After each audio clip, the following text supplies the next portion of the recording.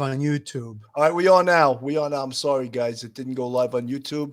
We are now. I hope we didn't lose anything. But so, Eric, some of the best things we didn't lose, of course. I lost some of my jokes here. Maybe people wouldn't have liked them anyway. But Eric, well, so let's talk about you're 3 months from being 21 years old, Yep. correct? And you started this genealogy when you were 13, right? Yeah, every time I get asked the question, I feel like I give a different answer, but it all blends together in my head. But yeah, 10, 11, 12-ish, around there, 4th, 5th grade. Feels like a lifetime ago. And why did you start doing this? I mean, short answer was I just got bored. I wanted something to do. I saw a commercial. I said, wait a second. I feel like this might be something that would take up some of my time for a little bit. Didn't think it would take up my time for 10 plus years, but here we are. And now you started out finding missing family members, people that were looking for parents, lost children. What were you doing? Explain to us what you were doing. Yeah, so it was a lot of family tree stuff at the start. So just doing basic family trees, typical research. The stuff everyone thinks of if they know what genealogy is, if they think of that. So I did that for a few years, and of course I still do, but when I was probably around 15, 16, 17-ish, I started getting into a lot of the DNA stuff and the finding families and finding grandparents and all that stuff. I found your father is the mailman, your father is the milkman. But it's enjoyable. I love it. I get to help people. And it's really rewarding work.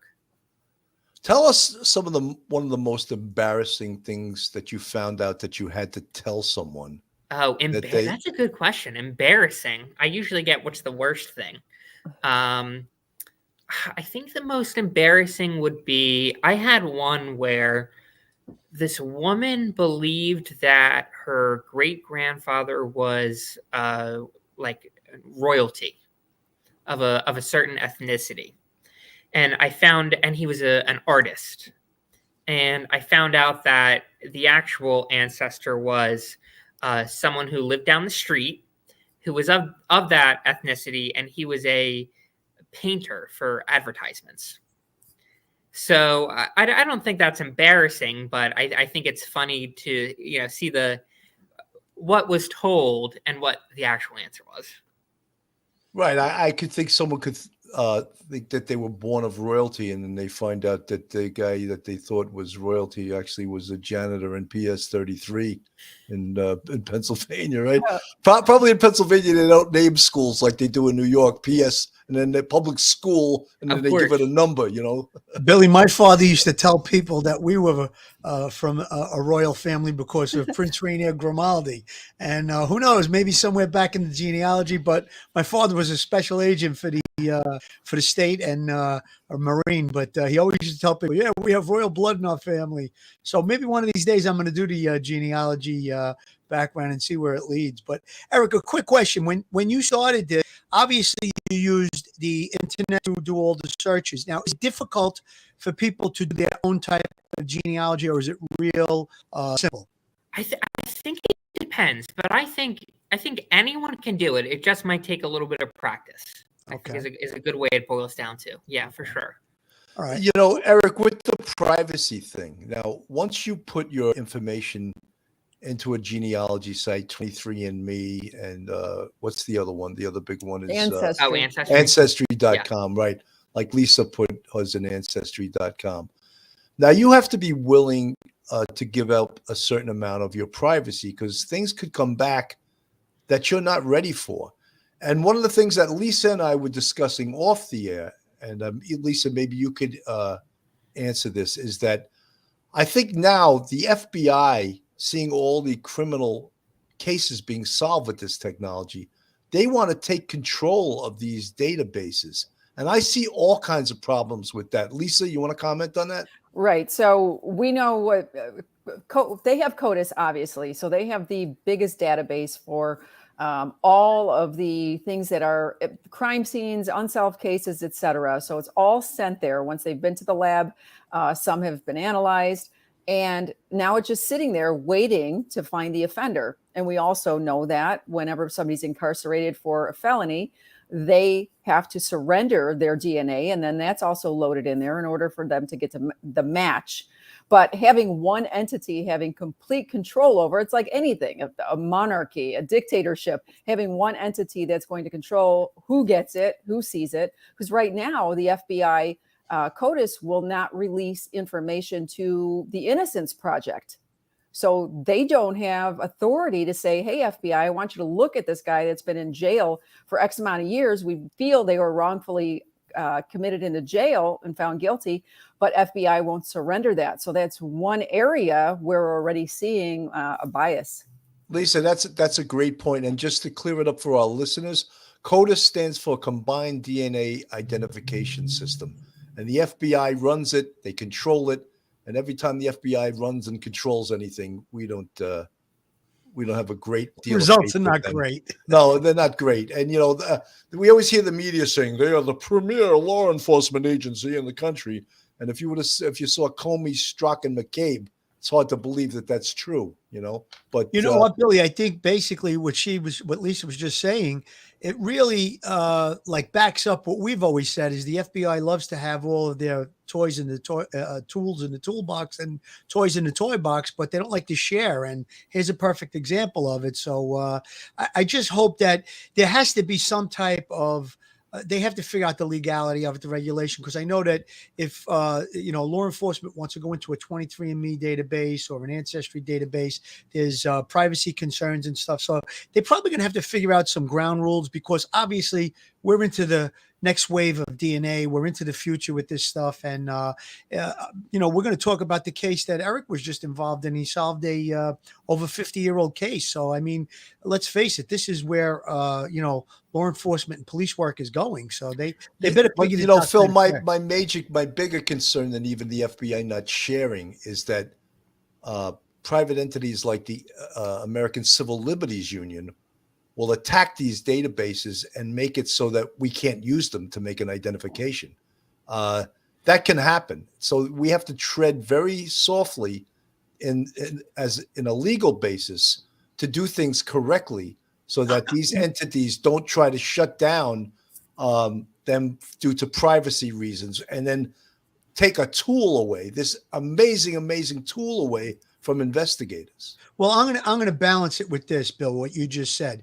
Basically, cell phone records. When we do cell phone records, we get a subpoena.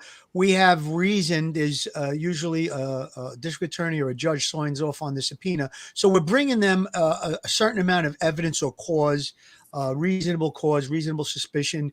And we, if it's a murder case, this might be the victim, or it might be the person that we think is the suspect in the case. So again, when you have that type of a level of suspicion, or you have, a suspect that you're eyeing, you can present that to these ancestry companies, 23andMe, whatever it is, and that would be the legal ramification for that. But I think they do need they definitely need a baseline. They need to figure out some regulations on it. But it's almost the same thing. When you go into someone's private cell phone records, it tells you where they've been, who they're calling. Text messages are the specific words that were typed. So, I mean, you're really violating a person's rights if you did that arbitrarily. However, you need a subpoena to do that. I think this is going to fall into the same category. Let's hope for the law enforcement community that that's how it plays out. Lisa, go ahead, Eric. I'm sorry. There are a lot of privacy, concerns involved in this stuff, and it's a very good point. And the big thing that I see too is there's a lot of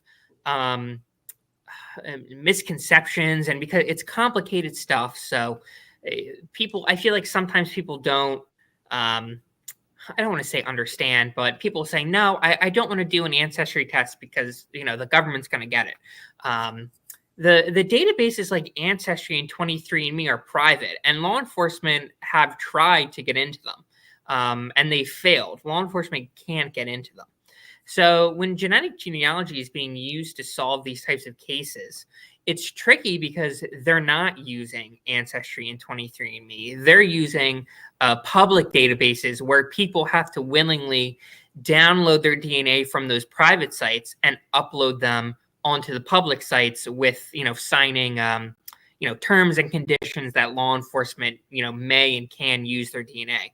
So a lot of times the matches that like someone like myself is working with for a criminal case are way, way, way distant and different than they are, matches than you would see on a site like Ancestry. So Ancestry and 23andMe are the big public sites that I think law enforcement have tried and failed to get into. They take privacy very seriously. Eric, could you give I'm sorry, Bill, I just want to see if he could give an explanation or an example of what site would you be talking about? Give us one of the sites that would be a voluntary site that they can get into. So there's really, as far as I know, at least two main sites that law enforcement use with investigative genetic genealogy. And those two sites are GEDmatch, which is frequently quoted in the news a lot, and Family Tree DNA as well. As far as I know, those are, the two main sites that law enforcement can use. And their match pools are, significantly, different and smaller. I don't have the exact numbers than a private site like Ancestry and 23andMe. So like if I wanted to, let my DNA be used to law enforcement, I would download it from a site like Ancestry. It's a little zip file. And then you upload it to one of those sites like Family Tree or GEDmatch. And then you have to, opt in for law enforcement to use your DNA. So that's why I say, like, the DNA matches that I get for a suspect are way, way minuscule, usually, in comparison to something I'd be getting like on Ancestry. Eric, thank you. That's an amazing explanation, which I try. I'm just saying, I have no real sense of this. I mean, I understand what you're doing, but if, say, I was a boss on the police department and I had someone like you working for me, I would just keep bringing you food because there's no way I could do this myself. And I say, keep working, Eric, keep going.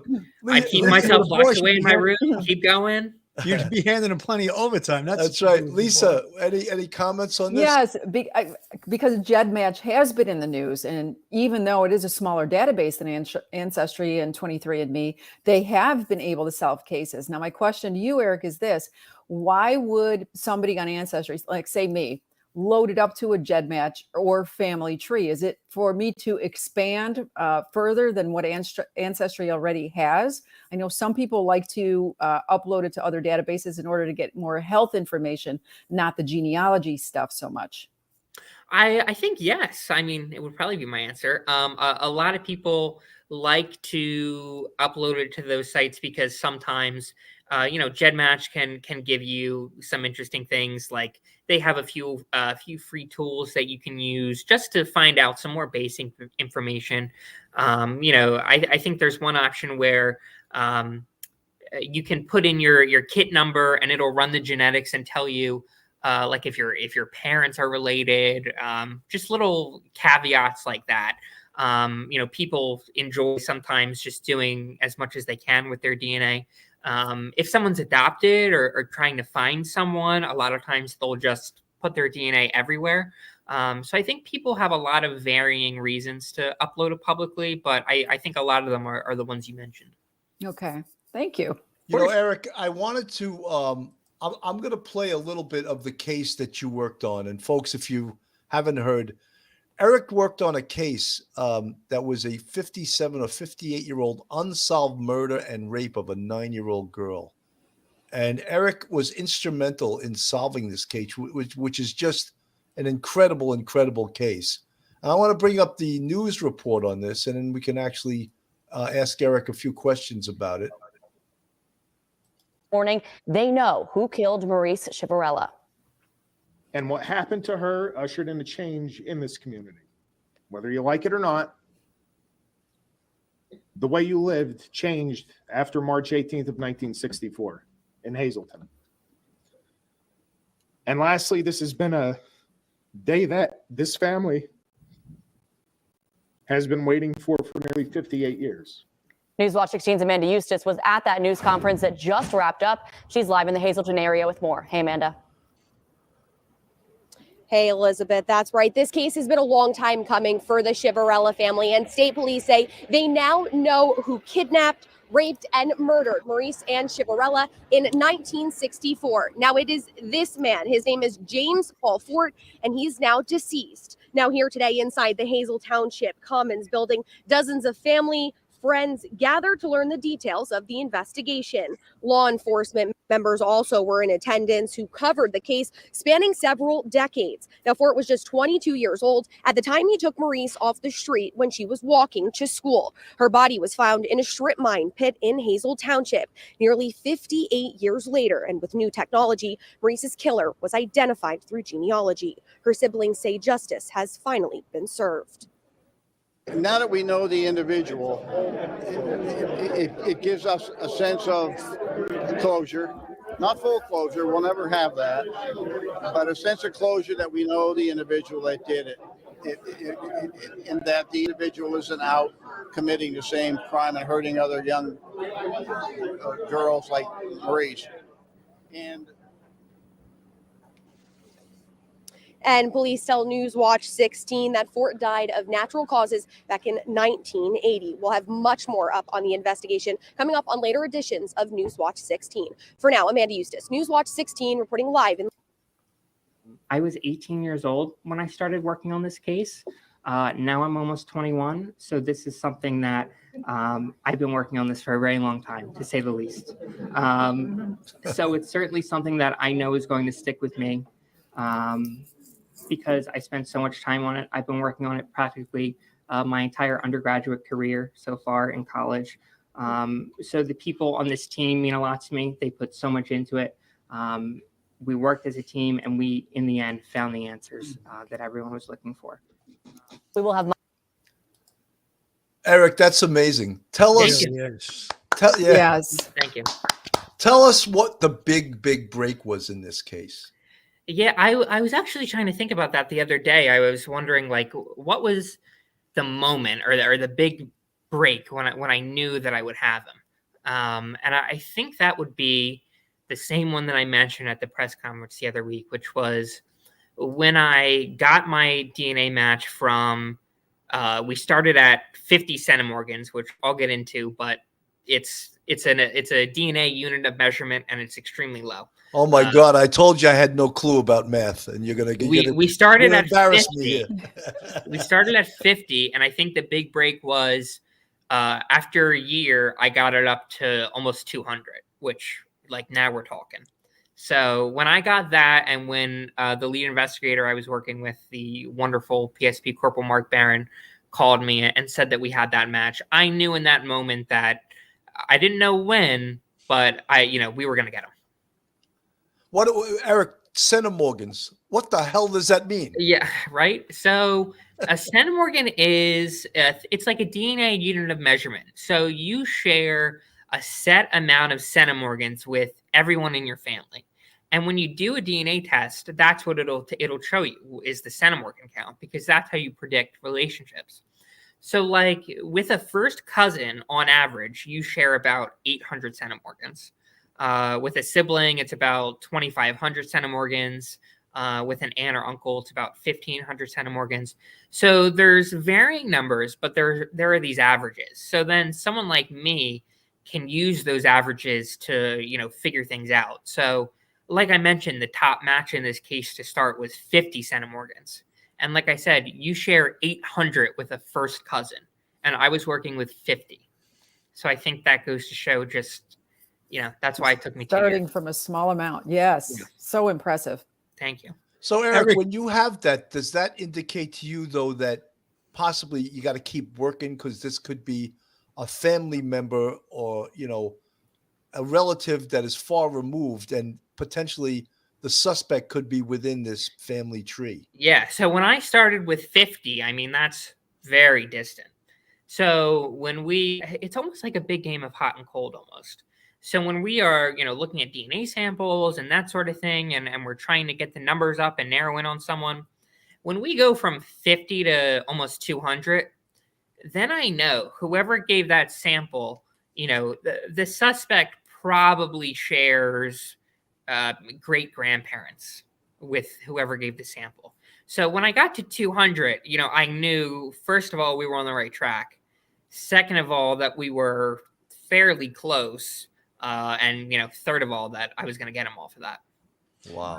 Eric, was this guy that was eventually labeled as the suspect, was he on the radar screen of the detectives that initially investigated the case, or was he completely out of the blue? The first time they heard his name is when I told them his name. Wow. Wow. Goosebumps. That's truly amazing. Thank you. Truly Yeah, so amazing. he was 22, which I think is just crazy because I'm 20, so this whole time I'm looking for someone who's practically almost my age. I never would have anticipated that. So many people had theories on who did it and all of this, but no one suspected the 22-year-old bartender who just did his own thing. So no, he was not on anyone's radar until I brought him on the radar.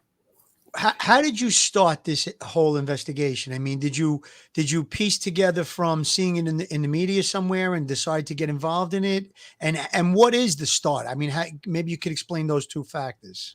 Yeah, so I solved my first case. It was my first semester of college, so December-ish 2019. And then a few months go by, and I'm thinking, wow, I just solved a cold case. Like, that's amazing. This is really great work. And it's basically the same thing I'm doing now with finding biological family. I wonder if I could help out on any other cases. But I was thinking, I got lucky with the first one. They reached out to me. I thought there's no way a police department would reach out to me again. At that time I was 18. So here comes the pandemic a few months later, February, March 2020. I'm sent home. I have time on my hands.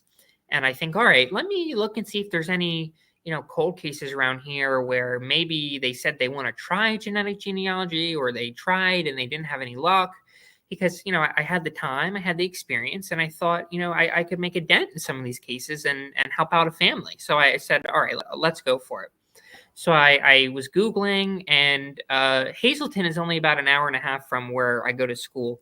So it was one of the first cases that I ran across was Maurice's. So I read about it. I saw that they had tried to do genetic genealogy, but I was reading news reports that were a year old. So I figured clearly they were not having luck with whatever avenue they were trying.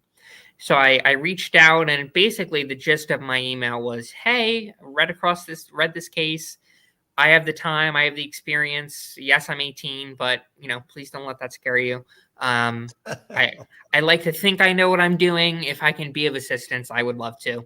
So they wrote back very quickly, and it was a very nice response. But to me, I just kind of thought that they were writing me off, which is what I expected. I was 18. But they quickly got back to me again and said, hey, we want to have our investigators come down and talk to you. So they did. They drove an hour and a half down here to E-Town where I'm at school, went over the case a little bit. And I basically said, come on, guys, what else are you doing? Just give me the shot, because I really wanted to work on this case. I knew that if I couldn't solve it, at least I could maybe get them a little closer. I just wanted to help give an answer. So I said, come on, just give me a shot. And they did. And a week later, I was on the team. Amazing. So how do you start though? Where is your starting process? If this suspect wasn't even in the picture, that's really intriguing me. Where did you start?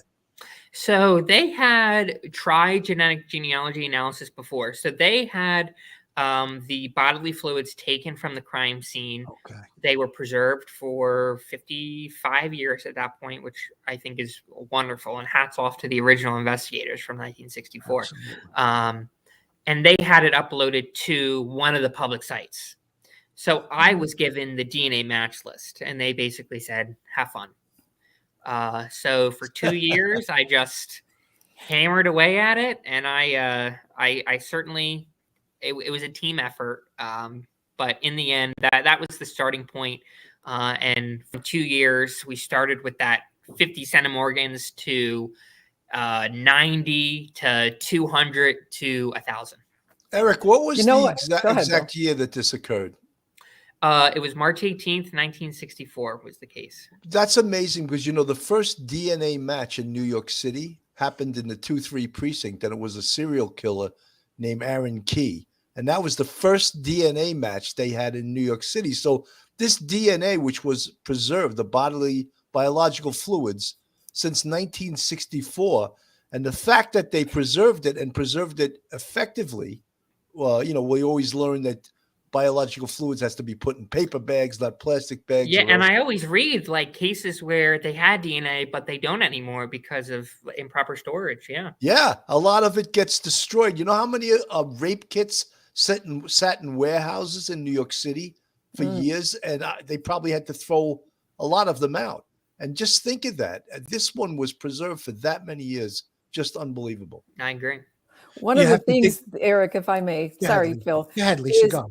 All right. So what Eric does is such an incredible resource. And this is the biggest thing with law enforcement. They're so busy in detective units solving crimes that are current, and they're backlogged a couple of years. Going back into the deep recesses of all of these cold crimes, the resources aren't there. They don't have it. They don't have a team that's specific to genealogy like you're doing. So it's almost as if they need to have private contractors, people like you who have these businesses, hire you on to say, okay, we want you to go ahead and start opening up these cases in order to do that. Educate the police so that police can have a special skill set as well. You know, you got internet crimes, sex crimes, and the list goes on and on. So now if we just do that expansion across the nation, we have young, bright minds like you. You have your own business now, with esgenealogy.com, and people come to you and say, hey, I need help with this or that. And, everybody's, the resources are not exploited in the way that they're not used in the way that they can be. And now they can. The story of Catch Me If You Can, Frank Abagnale. He started going to work for the FBI afterward. What a story. Yes. And that's what kind of reminds me of a consultant, right? Yes. But it's kind of like the reverse. You didn't do anything bad and you were like, serve your time and then go work for the FBI to help them.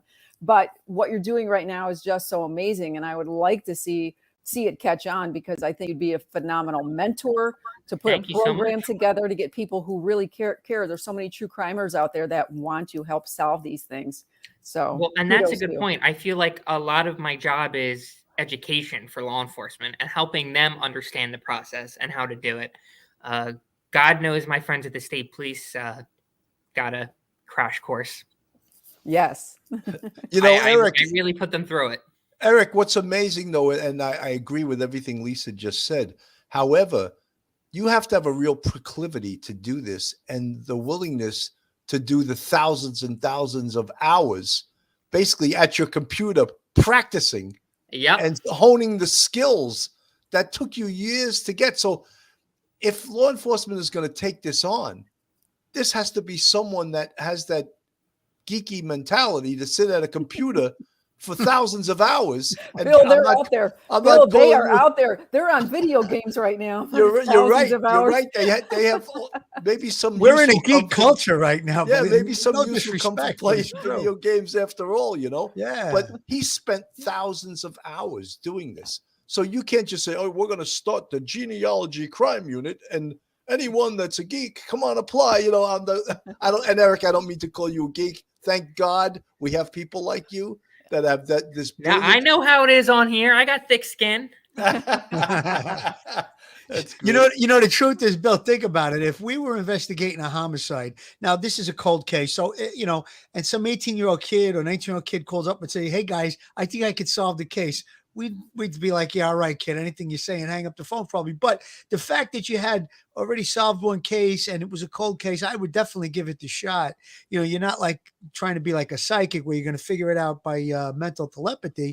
This is based on science. So there's something to it. And I just think Bill made the point. It's a lot of tedious work and not everybody could sit at a computer and do those type of things. Obviously you're that type of person, and, hats off to you. And I think you probably have a tremendous career ahead of you. And thank you so much. Good luck with it. This is really just fascinating stuff, especially being in the law enforcement and being a detective and investigator that worked on these cases. This is really, really good stuff that we're delving into tonight. I want to put this up on the screen, and this, of course, is the most famous case ever solved by genealogy, and it's the Golden State Killer. And telling me that I was coming with him, and that if I screamed, he would kill me. So we went out the back door. Beth's father, Claude Snelling, woke up and saw the man already outside the house trying to take her. Couldn't believe what he was seeing, and then he just charged out the back door, and the man pushed me down and shot my dad twice and then took off running. Snelling was a journalism professor at a nearby college. He's one of 13 murders Joseph James D'Angelo was charged with in 2018. The murder, experts at the time speculated, changed not only Visalia, but the suspect himself. We actually had Joel Forte, who was the psychiatrist on the Patty Hearst case, come in and help us. And he said, you better catch him, because now that he's touched Snelling's daughter, he's going to graduate and he's going to kidnap and kill somebody. More officers were deployed and more departments became involved, but the calls kept coming in and the ransacker continued to escape police. We actually saw him several times, and he would come down the street up against the houses in the bushes. We had dogs, we even had dogs trying to trail him, and he always seemed to disappear. Farrell Ward was an officer for Exeter Police, the town next to Visalia, when he was called in to work on the ransacker case because he had a canine and dogs were scarce in those departments at the time. They called us basically for backup because they thought the guy was still in the same neighborhood. But what he didn't know was that he and the dog were chasing one of his own, a colleague he knew well, working side by side with him for 3 years. He's been in my house. He's met my family. What was he like? To me, he wasn't an outgoing guy, but he was always serious. He didn't like to joke around like the other guys. Policemen like to joke around because it relieves tension, you know. And he was always to himself. He was part of a burglary task force at some point. Yes. So he could have totally been investigating his own ransackings. Yeah, he was selected as being head of their anti-burglary federally funded team. So he had a lot of practice. Patrol would take the reports from the crimes that happened the night before. And then since he was the investigator, he would go out and investigate the crimes. And then he would make the determination whether to close the case or leave it open or whatever. It was his decision to make. Well, if he did the crimes, he would follow up on the cases and take care of it. Case closed. Unbelievable, right? And it turned Head out of the anti-burglary task force. and he did 12 murders, and they said over 50 rapes. That's 50 rapes. And he was a free man. For 40 years. Yeah. Unbelievable, right? Under the radar. And Wow. thank God for that. Thank God for Jed Match. That was they were able to find his brother and then go a little bit further. And I think it ended up being a discarded can or something to be able to get his DNA to make the match. You know, I think you're bringing up familiar DNA now, and I was going to ask Eric about that. Eric, could you tell us a little bit about familiar DNA? Because that's starting to come into law enforcement's radar screen, so to speak, too, in recent history. I noticed there was a couple of cases in the last couple of years where they talked about familiar DNA. Yeah, so I at least when it comes down to genetic genealogy is like lead generation. So when I'm saying, oh, this guy looks interesting, I'm not saying he did it. I'm saying maybe you should get DNA from a family member or that sort of thing, and look into him. So like when I found James Fort, I had it narrowed down basically to him. I knew it was him, but he'd been dead for 40 years. He, didn't have any living siblings. So we couldn't, get sort of, familial, stuff. But his brother recently passed. And I think it was disclosed that we got lucky and we got some samples from his brother, which basically showed us we were on the right track. But at the end of the day, being that he's been dead for 40 years and he, never married, never had kids, I had to help get him exhumed because that was the only way. Like we couldn't get a Coke can or something out of the trash. We had to dig him up. Yeah. That's incredible, Eric. I mean, so How was it digging the ditch? Yeah, well, I wasn't there, but I heard about it. And I'm sure I would be a little worried, but at that point, I knew it was him. We all really pretty much knew it was him. You just need to confirm it, I guess. Yeah, and the judge agreed with the subpoena, or the affidavit for the exhumation. We had enough evidence and proof that it was probably him.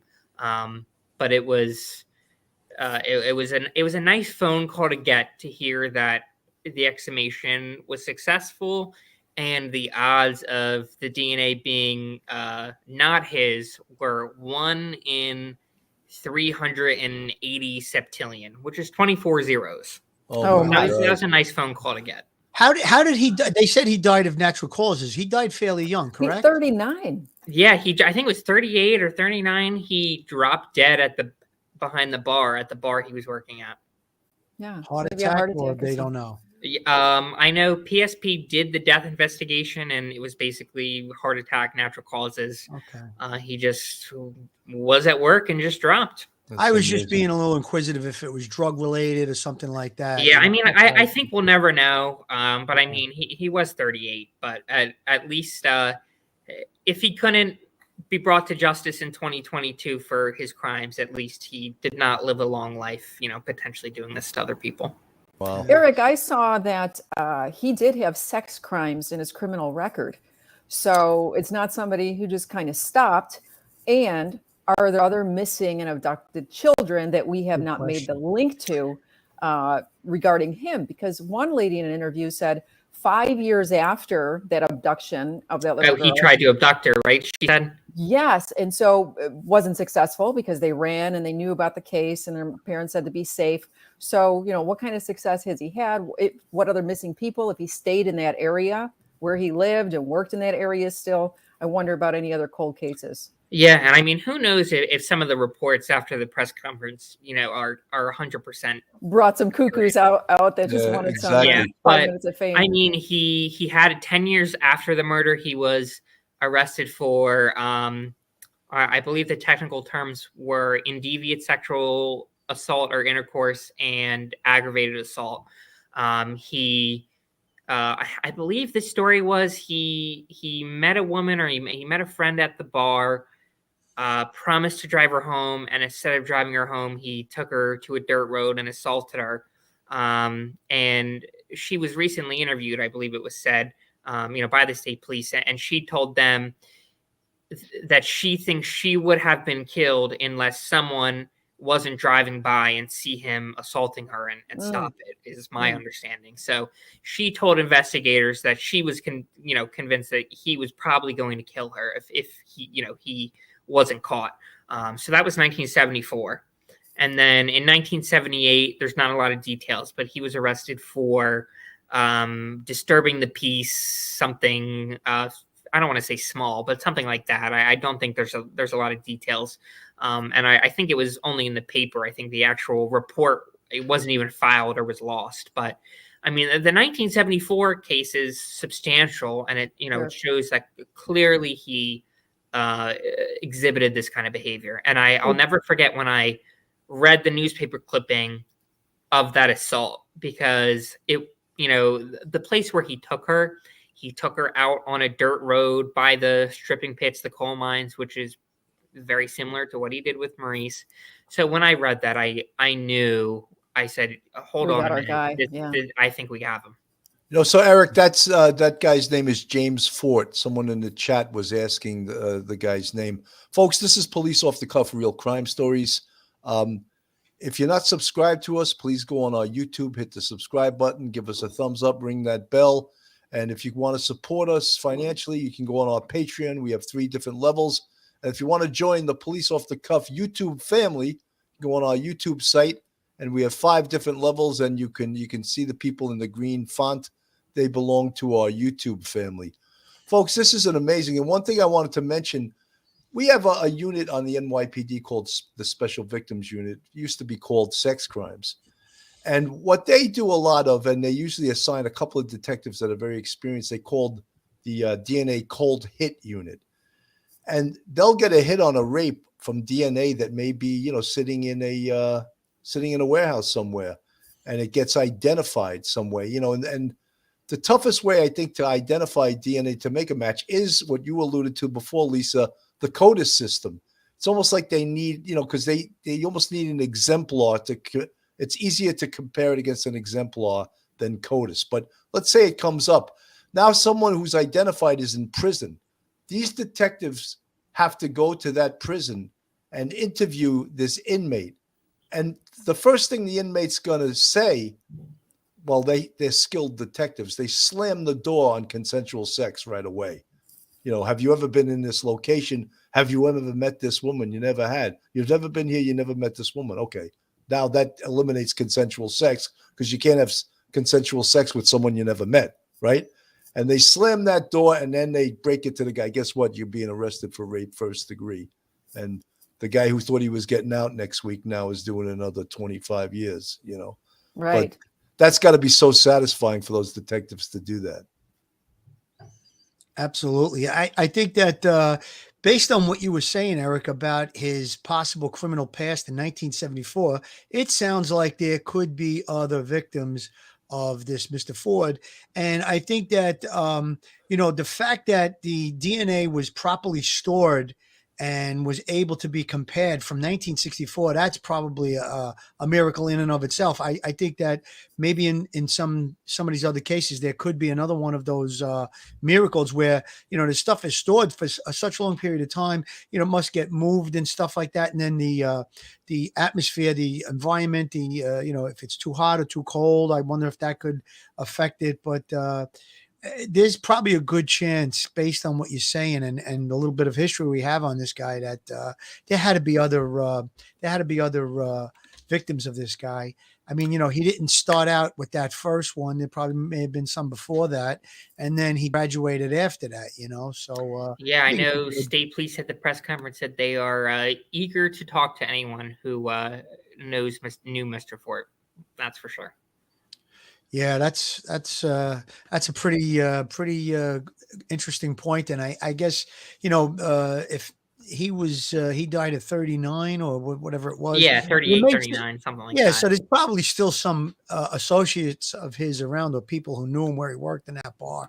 But again, the victimology, that's really where we have to look. We have to look for victims to see if there's any unsolved murders or sex crimes that have gone on unsolved for all these years. That's where I think I would start. I'm going to put on the screen C.C. Moore, who is the most probably famous genealogist in the country right now. So if you just don't even know where to go, sometimes DNA testing can show you that your ancestors came from a certain area of the world or even certain area of the United States, because you can see by those who share DNA with you that there are certain ancestral homelands to you. So if those are not already in your tree, then you know that that's something you should be looking at. For instance, when I did a DNA test, I discovered I had a little bit of Jewish ancestry that I didn't know about. Well, I have some brick walls, of course. And by testing cousins, I've been able to zero in on which branch of my tree that Jewish ancestry came down to me from. And that happens to be one of my biggest brick walls. Is my second great grandmother had an unknown father. I think she was probably illegitimate. So it gives me new avenues of research. I didn't know where to go next with her. There didn't seem to be any existing records, or maybe there was never any record of her birth because it was so far back. Now I can look in the area she was conceived and look for maybe families that had some Jewish ancestry. So that's just an example of how we might be using it. It also works wonderfully for people with unknown parentage. So sometimes the brick wall is right here. There's you and you don't know the rest. So I work with adoptees a lot in order to learn more about their heritage, which any commercial DNA test they take will tell them something they didn't know in that case. And we can often reunite them with biological relatives as well. Well, one of the most important things with genetic genealogy now is the growth of the databases. The more people we have tested, the more meaningful our matches are.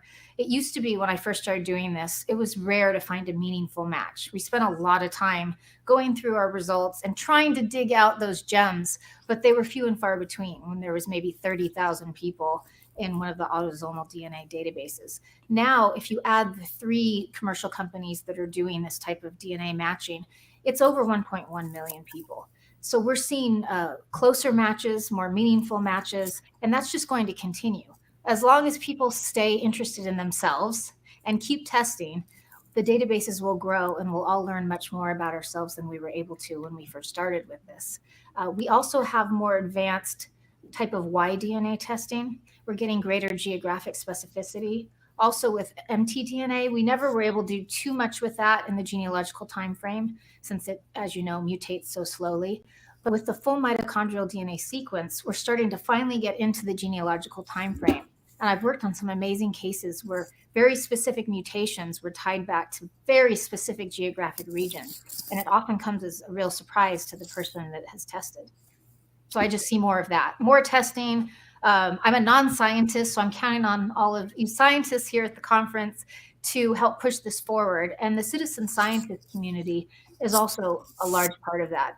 We have the time and often the resources to do some of the work that the scientists don't have the resources or the ability to delve into, because they're counting on grants, or they've got to teach their classes, of course. And there's so many of us now that are so invested in this field that we're helping to push it forward. So I feel like Spencer Wells says the citizen scientists are a huge part of this community. And I totally agree with them, because sometimes things that we discover then help the scientists to go further with that, to go the next step. And sometimes it works the other way too. They'll come up with something new and then we'll apply that to our research. So it's an extremely exciting field. It changes every day. I wake up every day saying, what new thing is in my inbox today? What interesting opportunity or what new discovery, what new match does one of my cases I'm working on have? So I couldn't think of something that is more exciting to do at this point. Eric, I saw you shaking your head there in agreement and seeing all the things that she was saying. Have you ever met CC Moore before? I have not, but I love what she said at the end with waking up and seeing what adventure the day's genealogy exploration will bring. That's pretty much word for word how I think of it too. I think you should probably meet her, because I think that you could exchange notes, and I think you could probably learn a lot from each other. And I find it very interesting where she said, I'm a non-scientist, yet, and so are you. And yet you have all this knowledge that had to be earned through spending thousands of hours at your computer and learning things that you just can't teach somebody, because it's almost like, say, swinging a baseball bat. The better you get, hitting a baseball is because you swang that bat since you were 8 years old, and then you learn how to hit a curve and all. It's similar. I don't know if this analogy is good, but it's similar. You spent all these hours learning how to do this, and someone just can't be appointed to do this. Exactly. And that's why law enforcement, sometimes they try to do this work, but they don't know how to do it. A lot of investigators. So that's why, like I mentioned earlier, I feel like a big part of my job is education and trying to teach law enforcement, because knowing and having them know how to do it is extremely valuable. You know what, too, a lot of times, but before I get into that, we have somebody joining the show here. Who is that, Lisa? She was insistent. She was such a good girl. My God, that's a cute little pup. This is Pinky. This is my little daughter. Hey, we'll Pinky. check on Ancestry and show that she belongs to me. The point I was going to make to Eric, officers not being able to do it, not knowing how to do it. Sometimes, like I worked in a busy squad, there were cases coming in continually.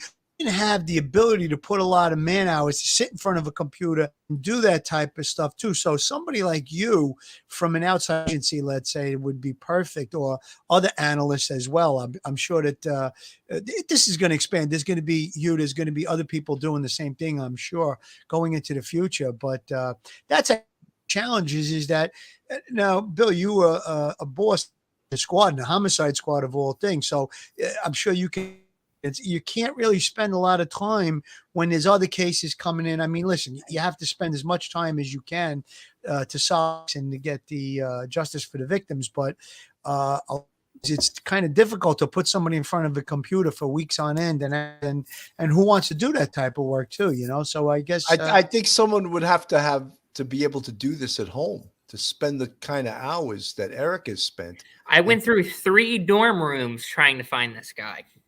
Yeah. So that's 3 years. Yeah, that's right. But the results were well worth. Thank you. It really was.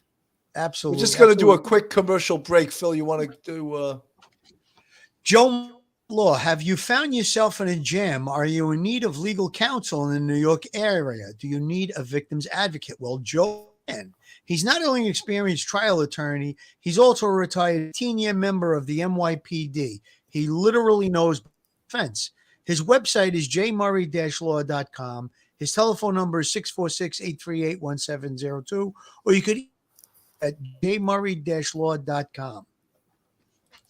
You were cutting out a little bit, Phil. I don't know what. You know what? Somebody sent me a text that there was some choppiness during the show. I don't know if that had something to do with it. My mic is working fine, but Okay. I don't know. Maybe a connection. But well, that's Joe Murray. That Joe Murray's the attorney. He was cutting out a little bit. So, Eric, any new cases? And I was talking to you before we went on the air. I think that we're going to try to see if we can hook you up with the Long Island serial killer case. Absolutely. With the Gilgo case. I keep reading stuff about that. I think they're trying something. I mean, I hope I don't know why they didn't reach out to you, because they really should. They will now. Once we're going to have to reach out to them, and there's plenty of people familiar with that case in the New York area that watch us. So I don't think it's going to be a heavy lift to get them. And Eric, when they hear that you're paying me 10% for the referral, they're going to definitely. There he goes. The financial whiz. Here he is. That's right. Lisa, come on. You got to have some good questions of Eric. Oh gosh. I think he's amazing. I'm so so thankful for you, for people like you that care about, unsolved cases, people that are the true crime sleuths out there who are looking to help police. I mean, with all of these abductions, there's so many things that we have, and we are not able to solve it because we don't have the resources. So knowing somebody that like you, that has a heart of gold, who's willing to do this on their own time without any monetary gain from it, which you will be in the future, mark my words. Oh, for sure. I'm so proud of you. Thank you so much. He's amazing. And you know something, Eric? Do you have an agent or a manager? I do not myself. I volunteer. You should. You know why? Because these police departments, they got plenty of money, and I know they're probably trying not to pay you. Are you on LinkedIn? Police, I am. Yes. You're on LinkedIn? Go find me. Eric, I got a quick question. Now, I know that a lot of these, I think it's 23andMe, they advertise, and this might be a reason for people to really look in and upload their DNA or to do the test. They talk about that they could perhaps tell you if you're prone to certain diseases and stuff. Do you know anything about that, Eric? Can you tell us about that? Yeah, I know Ancestry doesn't do that, I believe, but 23andMe does. So I think they can just tell you if you're a genetically predisposition to, I think it's, I don't know off the top of my head, but it's a set list of things, certain genetic inherited diseases. And then it'll also tell you, the odds of you having a certain eye color, the odds of you, having a certain hair color. And I know they're pretty much all on point. I know my 23andMe, I think my eye color, it was like 85%, brown, and I have 15% hazel, and I have hazel eyes. So sometimes, the minority answer is correct. But yeah, 23andMe does it. I think it's great. And it can be interesting for a lot of people, and especially if someone's adopted, finding out if they might be predispositioned to something, I think that's really valuable. Eric, could you tell me through my DNA if I'm going to get rich from doing this podcast? For a fee, of course. There you go. That's why this kid's he's going to be successful. Yeah, you're right. He's going to be the next Zuckerberg, but he'll be a nice guy though, not like Zuckerberg, Eric, I hope but you should be taking notes on all of this stuff for a book, because I think there's a book right in this one case that you just recently. Everyone keeps telling me that, so I feel like I need to do it. Absolutely. I've heard that for years. I think I need to bite the bullet and go for it. You could really call yourself Genealogical Private Eye. Eric Schubert. Eric Schubert. Don't make me pay for that name. No, I'm giving it to you tonight. I'm going to give you, and you can get your own badge and everything. You get your own shield out there. Oh, Eric, I have a little personal question. Of course. Are you getting all the chicks because of this?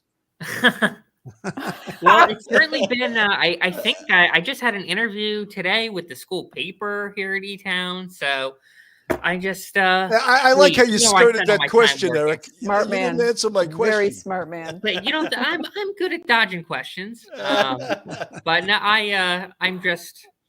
I keep myself busy. You know how I operate, but I You're try a to have fun popular every once guy, in a I'm while. sure. Too. You're a popular guy. Do a lot of people try to get freebies for the ancestry stuff from you? Friends and family, of course, I go for it. Happy to help. Happy to help my friends, people around campus.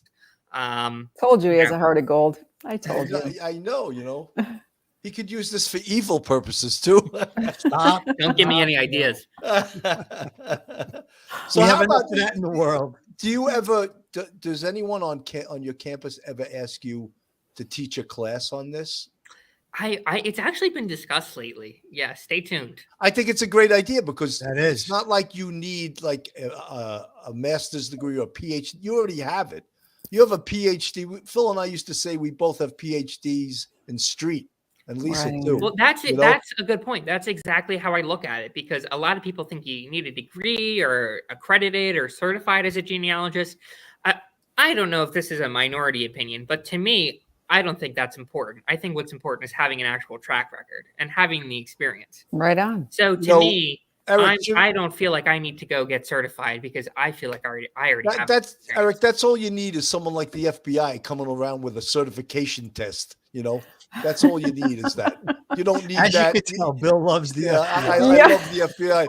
Jimmy Calandra, who is a he has his own podcast called the Bath Avenue Crew, and he wants to know how old you are. Jimmy, he's 3 months from 21 years old. Once he's 21, we're going to buy him his first beer. Or actually, the police in the department where he solved this 40-year-old or 58-year-old murder, they should buy him. They should take him out drinking all night. Actually, I'm sure I'll say hello to them once my birthday rolls around. You know what, Eric? If you're in the New York area, Bill and I will take you out. We'll purchase the drinks. You could have whatever you want, dinner on us, and don't worry about your age. You're so close, and you're a valuable asset to law enforcement. Thank you so much. Clearly, based on that 58-year-old case and the other case that you solved, and I'm sure there's going to be more going forward. So, to you. Thank you. I appreciate it. Thank you so much. Eric, what are you working on right now? No comment, but you know me. Oh, wait a minute. Are you becoming like an FBI agent now? I always have something up my sleeve that I'm working on. But as I always like to say, as long as there's a need for a family or a police department out there, I'm just going to keep on trucking. You know, Real with Robo, thank you for the $5 super chat. She said, I'd like this to go to a kit to help Eric solve another case, Cannon. Thanks, by the way. I'm a female. Eric, God bless, kiddo. Thank you. Nice. That's so nice of her. But Eric, I mean, it is exciting. It's an exciting field. I mean, it's a field where, you know, not that many people can come and question you on your methods because you've invented your methods, you know. And right now there's no certification degree. There's no anything. You're calling all the shots, you know. And one day you have to make this translate into tons of dead presidents on green pieces of paper. There he goes. I like the way you're thinking. All right, so you got an agent with me, and you got a financial advisor. Oh my God! I got all I need right here. What can I do for you? I'm an author coach. I've written a few books. So there you go. That's exactly what I need. You got a dream team. You got a dream team. He's going to write Genealogical Private Eye. Eric Schubert. That is exactly what I need. I got the whole team assembled. Bill, I want to make a statement, and I'm sure you and Lisa are going to both be able to relate to this. Now, I always tell people that as a detective, I was an NYPD detective. I worked on homicide cases. You'd go from standing over a dead body with an empty notebook, a notebook where all you got maybe is not even the guy's name. And then sometime later, whether it be a day, a week, a month, or years, and you have the person in custody that committed that crime 100%, there's no better feeling as a law enforcement officer. And I think, Eric, you've experienced that because you took on this case, started from ground zero with nothing. Even though the guy was deceased, we know 100% who killed that little girl. I mean, I don't think there's any better feeling for a person in law enforcement that's a detective or investigator. To me, I think that you could relate to that. And I'm sure my other two people on the panel will agree with Of course. 110%. 100%. I'm grateful he only lived 39 years, quite honestly. And Me too. also grateful that he did not have his body sent to ashes, cremated. You know, Right, Yeah, I mean, that- you did have enough. They just wanted to I firm don't it up even and want to shore think it up. about with- what I would have had so- to figure out if that happened. Mhm. Just think about all the you would have had things to that have were gone to lined the up. crematorium and collect his ashes. And Oh, you know I would have gotten it done. Well, listen, I'm sure you would have started. Maybe you would have found family something. But think about all of the like they say, the planets were aligned. The rape kit was preserved for all those years, and then his body wasn't cremated. Thank God. And even when bodies are buried, a lot of times the coffins aren't waterproof, or they're damaged or whatever. Sure. So all the things lined up properly. Yeah, and my understanding God is the bless you. exhumation went very well. Yes, that's good to know. And like I said, everything just fell into place. I mean, Exactly. there's so many variables of things that could happen. A flood could hit the DNA, the rape kit. You know, so just a really, really fantastic story. It's just Well, Phil, we can tell those stories about the NYPD where they would put the old cases down in the basement, and then the basement would have a gigantic flood, and happened all to the me. cases that were down there for years were just destroyed. This was before they put them on discs and microfiche and all of that stuff. So cases just got destroyed.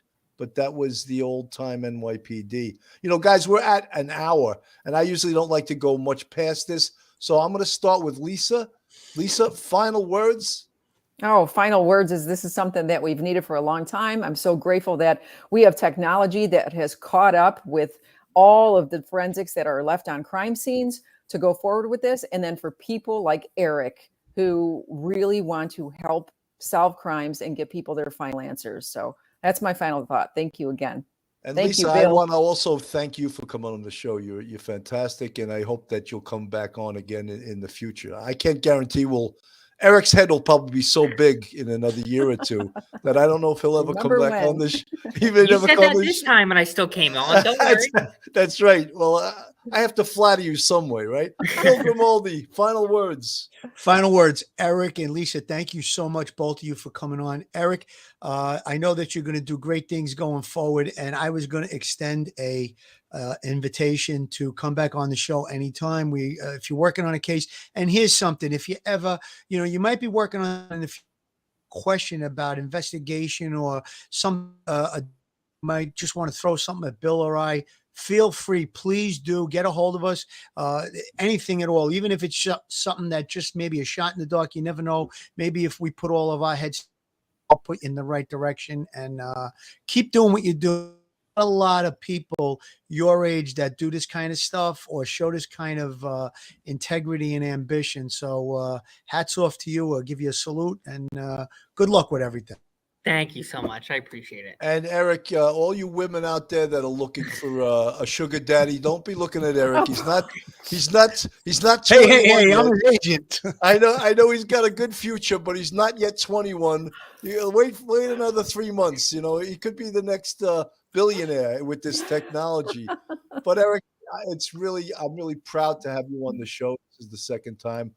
I think you're fantastic. I mean, you just have great things ahead in your life. You really do. And don't listen to me. I'm from the street. All right.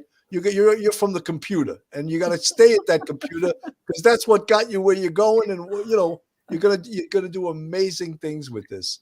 Thank you so much to the three of you. I appreciate it, and the kind words mean a lot. I'll be sure to keep you all posted, and I'm sure I'll see you all soon. Yeah, and Eric, tell the president of your college that you want to teach a course next semester. Absolutely. And you want $75 an hour at least to teach the class. Thanks for the salary idea. You should get a buck and a half. A buck and a half for an hour class. I Easy. think. Yeah. How about that? Easy. Consider it done. All right. If I'm his agent, it's going to be more like $500 an hour. I'll give the guy a call. Folks, this is Police Off the Cuff Real Crime Stories. Thank you so much for listening. Thank you, Eric Schubert. Lisa Lockwood, always great to have you on the show, and Phil Grimaldi. Everyone, have a safe night. Stay safe, everybody. Bye, everyone. One episode just ain't enough.